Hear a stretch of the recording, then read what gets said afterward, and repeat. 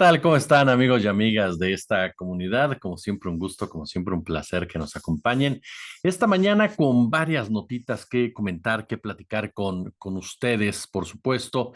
La primera de ellas y con la cual arrancaríamos es con esta declaración clara, contundente del presidente Andrés Manuel López Obrador, que de manera enfática señala en esta mañanera que está analizando tal cual, así lo dijo, analizando si participa o no en la cumbre de líderes de América del Norte, junto con Justin Trudeau, el primer ministro de Canadá, y el señor Joe Biden, presidente de los Estados Unidos de América del Norte, porque dice Andrés Manuel, sí, existe una buena relación con ambos, pero si no hay un trato respetuoso, pues mejor no participar. Incluso ayer por la noche le dábamos cuenta precisamente de esta nueva línea discursiva utilizada por el primer mandatario, en donde abiertamente le dice a los Estados Unidos, nosotros no estamos mandando a espiar a ningún político, no hemos denunciado en ningún momento quiénes son los políticos que se enriquecen con la venta de armas, por ejemplo. Y a mí me parece sinceramente una postura muy digna por parte de López Obrador, quien es un personaje que te puede caer bien, te puede caer mal, pero que ha sabido manejarse en estas enormes asimetrías que existen entre los Estados Unidos y México en diferentes terrenos y que ha sabido aprovechar sin duda alguna los pocos pero sustanciosos márgenes de maniobra que puede llegar a tener nuestro país para equilibrar un poco más el diálogo. Andrés Manuel, sin duda alguna, es un personaje con una mayor capacidad política de la que pueden tener Justin Trudeau, la que pueden tener Joe Biden, quienes son dos personajes eh, que evidencian en muchos sentidos los intereses imperialistas que se inclinan constantemente hacia las políticas y decisiones de derecha que han regido en el mundo a través de todos estos años, quienes han mostrado no una, sino en varias ocasiones un talante autoritario, intolerante, racista incluso. Y Andrés Manuel es un personaje que ha sabido mantenerse en su papel.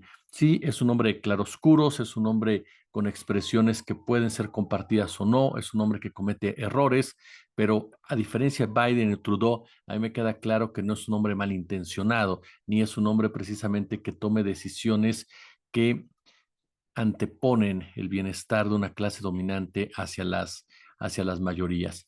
Por supuesto, insisto, que hay momentos positivos, momentos negativos de cualquier personaje y la historia será la encargada de juzgarlos más allá de su actualidad, porque así sucede.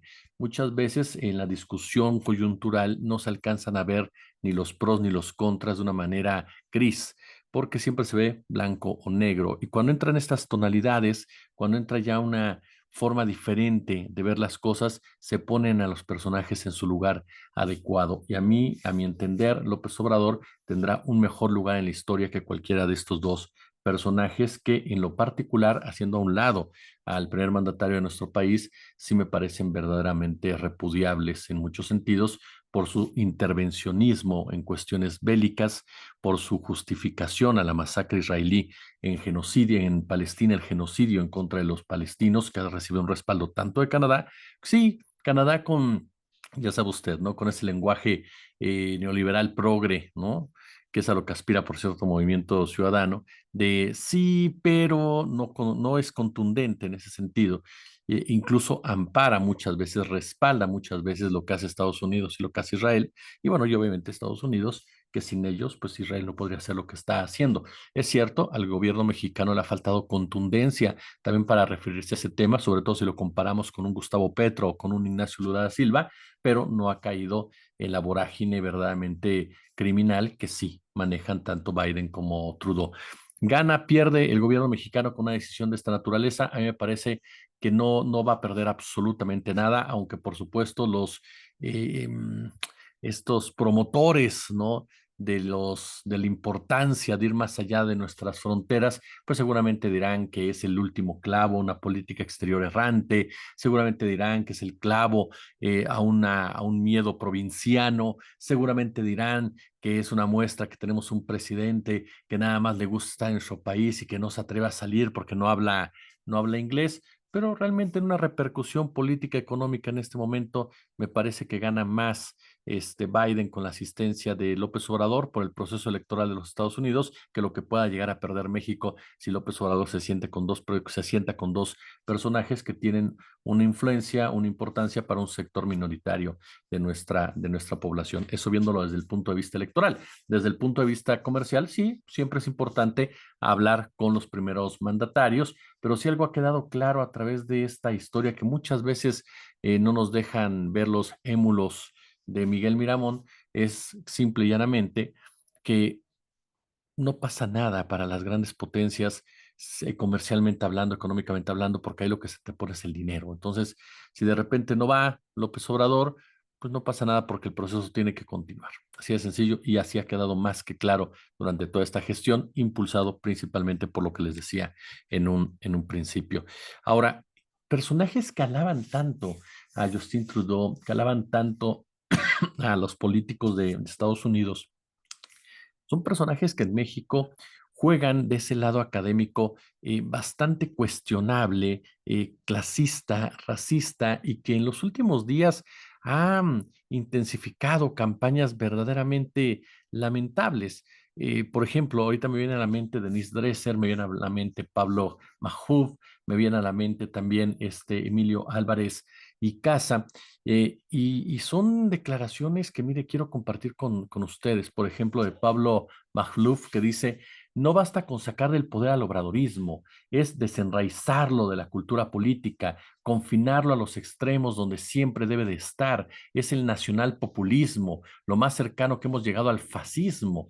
Esa es la parte difícil. Sin embargo, que el líder acabe en el oprobio y desmitificado puede ayudar. Es lo que dice este personaje, haciendo nuevamente una comparación con el régimen nazi, jugando de una manera perversa con los términos reales de lo que es el populismo, un término que ha sido denostado a través de muchos años por las clases altas, por el sistema neoliberal, porque a final de cuentas el populismo es poder del pueblo, a final de cuentas el populismo es pensar primero en el pueblo, porque a final de cuentas el populismo es el pueblo actuando, y eso por supuesto que a una oligarquía no le conviene jamás que pueda penetrar en la mente de la mayoría de los sectores más desprotegidos y prefieren minimizarlo, prefieren mancharlo, prefieren darle una connotación totalmente negativa que tiene que ver con autoritarismo, que tiene que ver con tiranía.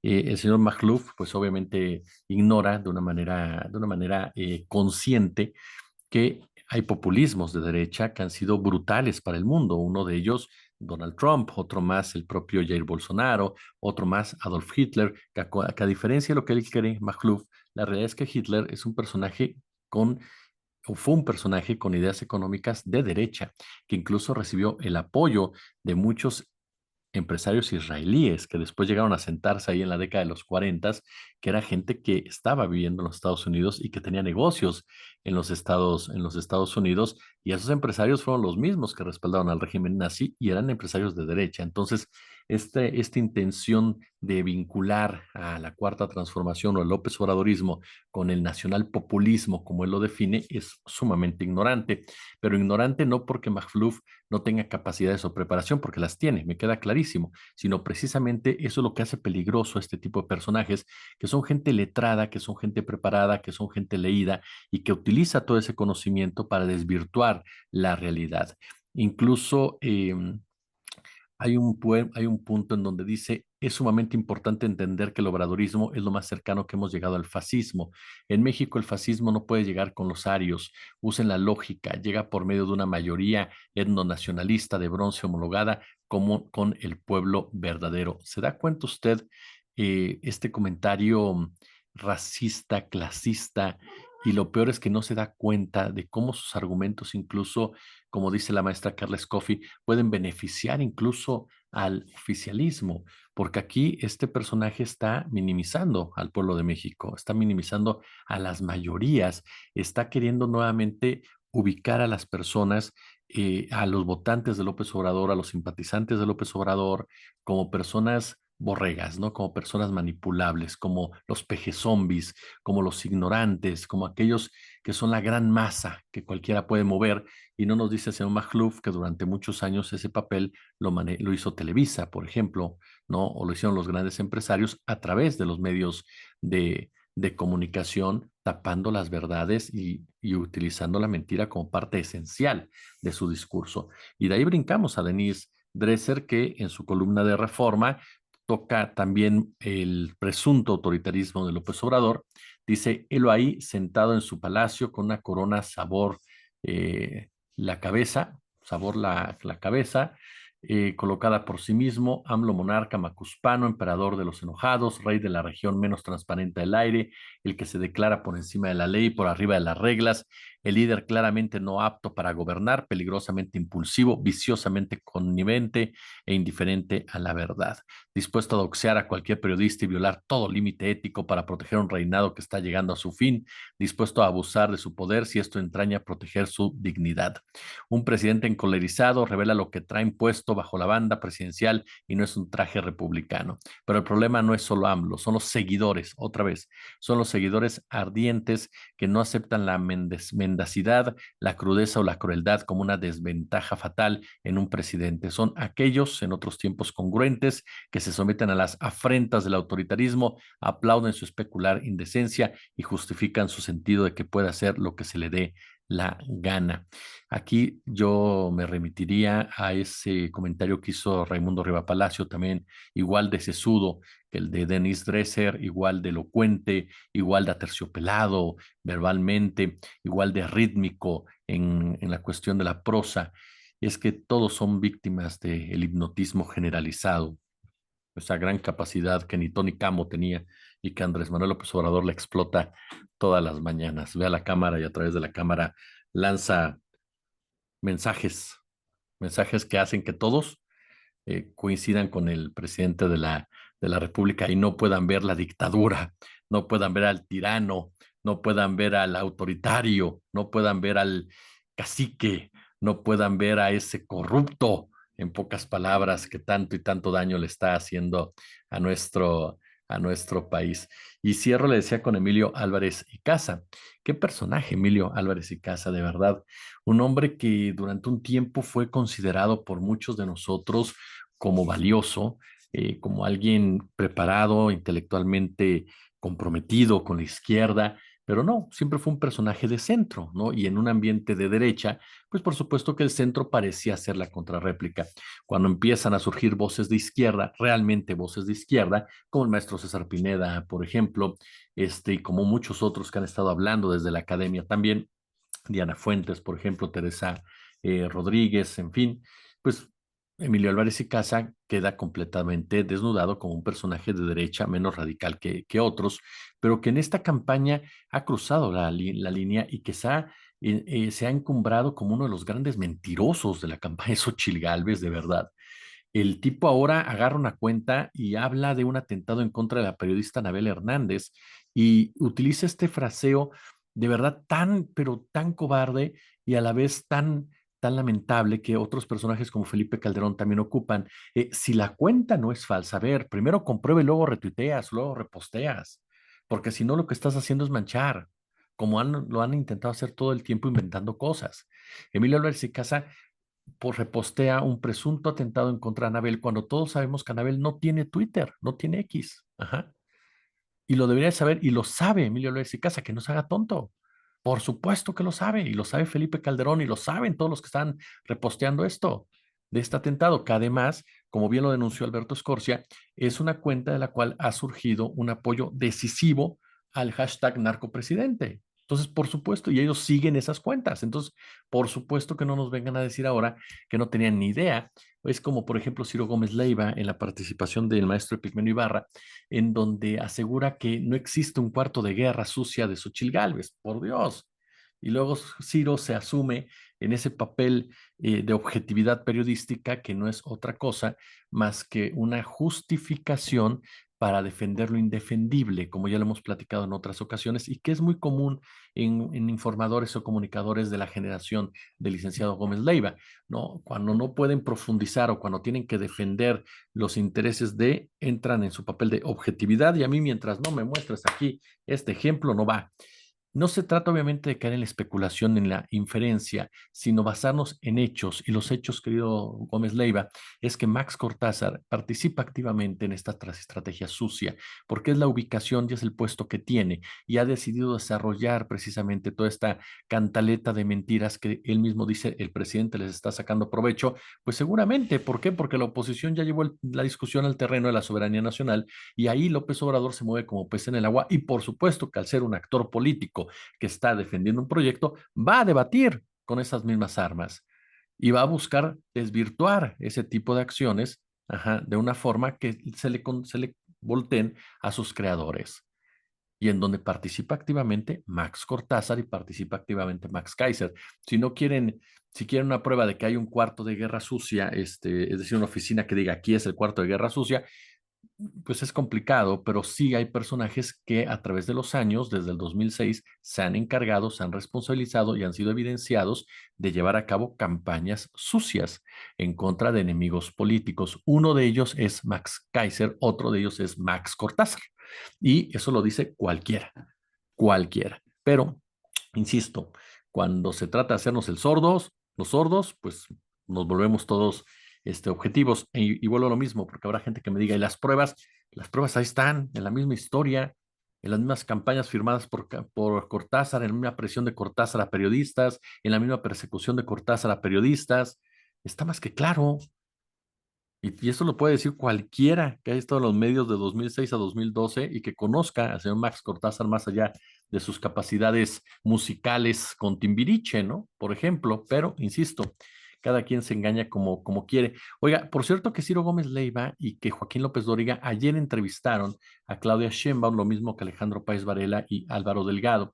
Me quiero referir, vi las tres entrevistas, pero me quiero referir a las dos primeras, en donde me parece que Claudia Sheinbaum lució mucho más. Eh, Tanto López Dóriga como Gómez Leiva son dos viejos tiburones, dos viejos lobos, esa es la verdad, que saben perfectamente cómo llevar una entrevista golpeadora sin que lo parezca, que saben cómo cuestionar, y que la propia Sheinbaum sabía que al sentarse en Radio Fórmula iba a tener una entrevista difícil, complicada. Yo soy de la idea que todos los periodistas deben de cuestionar siempre a su interlocutor cuando hablamos del poder, no cuando hablas con un analista, pero cuando hablas con un funcionario público, sí debes de cuestionarlo. Eso me queda clarísimo. No tienes por qué aplaudirle ni echarle porras. Y me parece lógico que Gómez Leiva y López Dóriga lo hayan hecho, ellos con una intencionalidad que no es muy periodística, sino más bien política, pero que sabíamos perfectamente, y Sheinbaum lo sabía, que así iba a ser. Y me parece que sale muy bien librada, esa es la verdad de las cosas. Se mostró segura, se mostró clara, se mostró contundente, sobre todo en un punto que, si ustedes ven las entrevistas, se darán cuenta que se repite: el tratar de ubicarla como sombra a Andrés Manuel López Obrador, el tratar de ubicarla como un personaje sometido a López Obrador. Por ahí hasta Ciro Gómez Leiva replica lo que publicó el escritor Jorge Volpi, e incluso en ese momento Sheinbaum no cae en el juego, dice respeto a Volpi, pero, ¿no? Y explica muy bien algo que mucha gente no quiere darse cuenta. Andrés Manuel López Obrador y Sheinbaum son del mismo movimiento, representan los intereses de Morena. Por supuesto que habrá diferencias en algún momento en su ejercicio del poder, pero en lo esencial de este movimiento van por el mismo camino. Y lo definió muy bien Sheinbaum cuando dice: no voy a decir primero los ricos. Y me parece que de esa manera clara y contundente ubicó a sus dos interlocutores. ¿No? Por el otro lado, tenemos a Xochitl Gálvez, quien continúa con esta campaña en donde asegura que Morena no quiere que crezca México. Y aquí es donde uno le preguntaría a Xochitl Gálvez, si tuviera la oportunidad de entrevistarla, que no nos lo quieren dar. Y sería muy sencillo. Cuando ella habla de que es Morena el que quiere destruir a México y evitar que México crezca, Morena fue el que incrementó el salario mínimo hasta en 200%. PAN, PRI jamás lo hicieron. Creo que lo subieron 20 pesos en todo el tiempo que estuvieron al frente de este país, sobre todo pensando de la época de Cedillo, Fox, Calderón y Peña, ¿no? Tal vez un poco más, pero en total fueron más de 20 pesitos, ¿no? López Obrador lo subió más de 200%, por ejemplo. Ella habla de que no quieren desarrollo. eh, PAN, PRI, Calderón, Peña, Fox, y hoy también con Cedillo, fomentaron el outsourcing en todo momento, que llevó a la precarización laboral de los empleados, a la precarización salarial. Morena fue el que lo quitó. Ella habla de que Morena está combatiendo al trabajador. Morena es el que está cobrando los impuestos a los más ricos, que fueron protegidos por las condonaciones que hicieron el PAN, el PRI, de nuevo, Cedillo, Fox, Calderón y Peña, Peña Nieto. Los partidos que representan a Xóchitl o que representa a Xóchitl son los mismos que votaron a favor del FOAPROA, que se la partió a todos los mexicanos y mexicanas. Me refiero de a pie. Si les gustó el video, pulgar arriba. Por supuesto, likeenlo. Si no les gustó, compártanlo a sus enemigos, ya se los dije. Pero si sí les gustó, también compártanlo en sus redes sociales. Nos ayudan muchísimo. De verdad, denle like, les repito, suscríbanse, denle a la campanita y déjenos sus comentarios. Si hay posibilidad, échenos super chat, super gracias. Si no, con estas acciones que le pido, nos ayuda de verdad muchísimo. Gracias por ser parte de esta comunidad. Como siempre, un gusto, como siempre, un placer. Nos vemos por la noche.